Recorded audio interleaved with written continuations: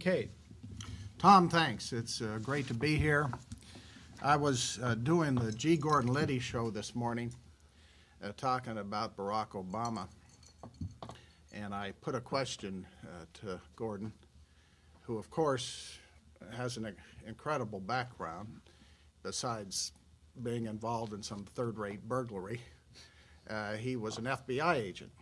And I said, knowing what you know about Barack Obama, and if you were still an FBI agent, do you think he could get a security clearance?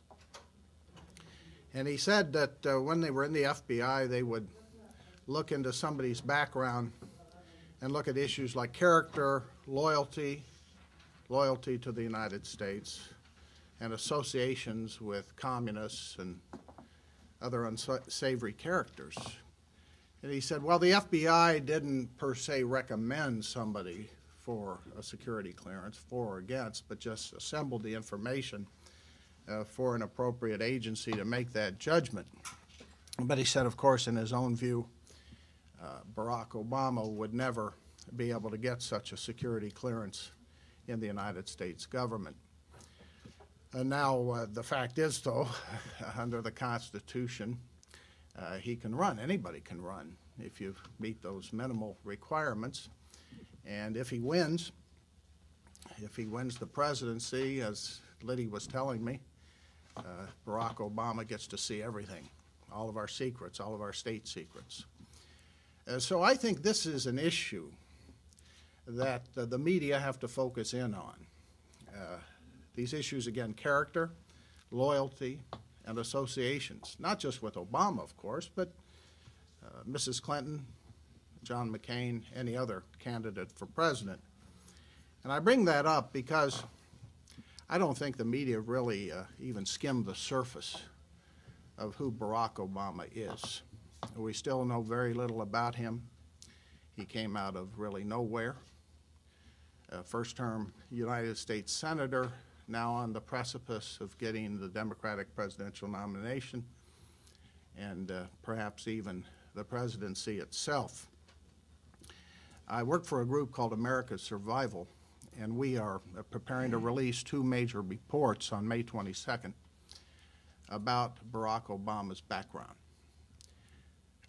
You can find out more information about this event at usasurvival.org, which is our website. We have assembled quite a bit of information that the media, so far at least, have shown no interest in digging up at all. One of our reports is going to go into communist networks that Obama was involved in Hawaii when he was in high school, before he went off to college, and the other report is going to deal with communist and socialist networks in Chicago, where he started his political career. The author of one of these reports is Herb Romerstein, a former investigator for the House Committee on Un-American Activities and a professional staff member for the House Intelligence Committee. I'll give you just a hint of what we've dug up. Some of this I've already written about on the AIM website, aim.org, and it concerns somebody named Frank Marshall Davis. This helps complete the picture, so to speak, of why somebody like a Barack Obama would come to be associated in Chicago with somebody like Jeremiah Wright and communist terrorists Bill Ayers and Bernardine Dohrn. Because the fact is that when he was in high school, actually a prep school in Hawaii, he came under the influence of this Frank Marshall Davis, who had been selected as a black role model for a young Barack Obama by his grandfather. Frank Marshall Davis was an identified member of the Communist Party who was part of an international Moscow-sponsored communist network. Davis filled Barack Obama's young mind with a lot of anti-American thoughts and ideas. Davis had been called before a congressional committee about his membership in the Communist Party, and he took the Fifth Amendment. But several sources have confirmed that he was in the party. He was a hardcore communist. He stayed with the party even beyond the Hitler-Stalin Pact, which makes it pretty serious indeed. And what's interesting about this, of course, is that Barack Obama himself, in his book, his 1995 book, Dreams from My Father, refers to somebody named Frank, who he refers to as a black poet, who he would spend time with, who gave him advice, who talked to him about various things in life. But Barack Obama in his book doesn't give the guy's full name. He doesn't give his middle name, his last name. He just refers to him, quote, as Frank. Well, we discovered this is Frank Marshall Davis, no question about it.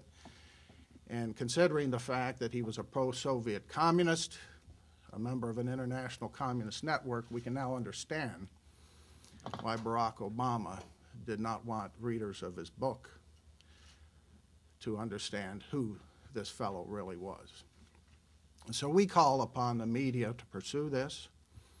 The radio program I did this morning with G. Gordon Liddy was probably the first national radio show I've done on this whole topic, because it seems to us that the media, the liberal and conservative media for that matter, are afraid of touching this issue.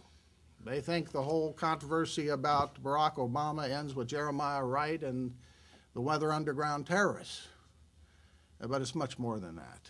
It's very serious indeed, to the point where, again, I repeat, I don't see how, and this has to be raised as an issue, Barack Obama could get a security clearance in the United States government. Now, let me say a few words in order to show my bipartisanship about Senator John McCain. I'm not a lawyer, and I know we have some legal experts on the panel, and maybe they'll want to pick up on a few of these remarks.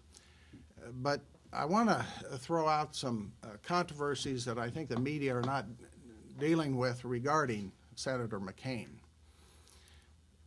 Recently, the Wall Street Journal ran this front page article about how all the candidates, they said, were moving towards the center, moving towards the middle.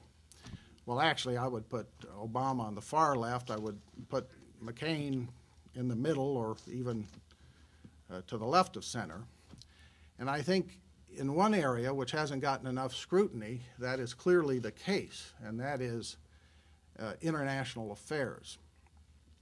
And I'm not talking about Iraq here. I'm talking about the courts, specifically international courts. I recently had the opportunity to go to Chicago to do some investigations. Among other things, by the way, I went to the university office of weatherman terrorist Bill Ayers, who's now, of course, a distinguished professor of education at the University of Illinois, and saw that his door and wall were totally plastered with communist propaganda.